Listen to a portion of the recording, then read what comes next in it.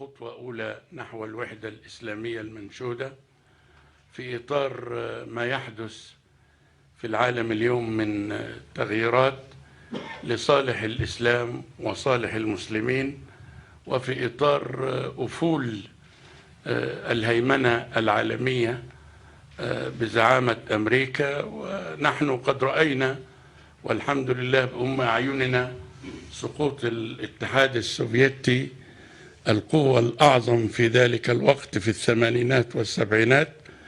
وأدعو الله سبحانه وتعالى أن يرينا نهضة الإسلام وقيام الأمة وظهورها على ما يسمى بالقوة الباقية التي نراها تهبط وتسقط وتتفتت أمامنا يوما بعد يوم.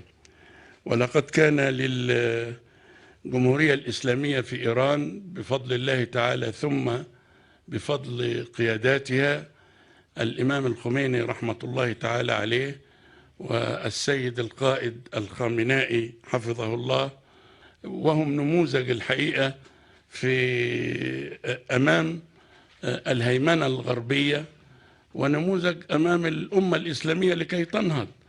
وأنا أذكر بعض الملامح التي اجتذبتني شخصيا فضلا عن التفكير العلمي والتفكير الريادي للإمام الخميني. ونحن نقول كثيرا أننا تعلمنا من الإمام الخميني كما تعلمنا من الإمام حسن البنا ومن الإمام المودودي ومن الإمام سيد قطب رحمة الله تعالى عليهم أجمعين، ولا زلنا نتعلم من إخواننا الأحياء حفظهم الله.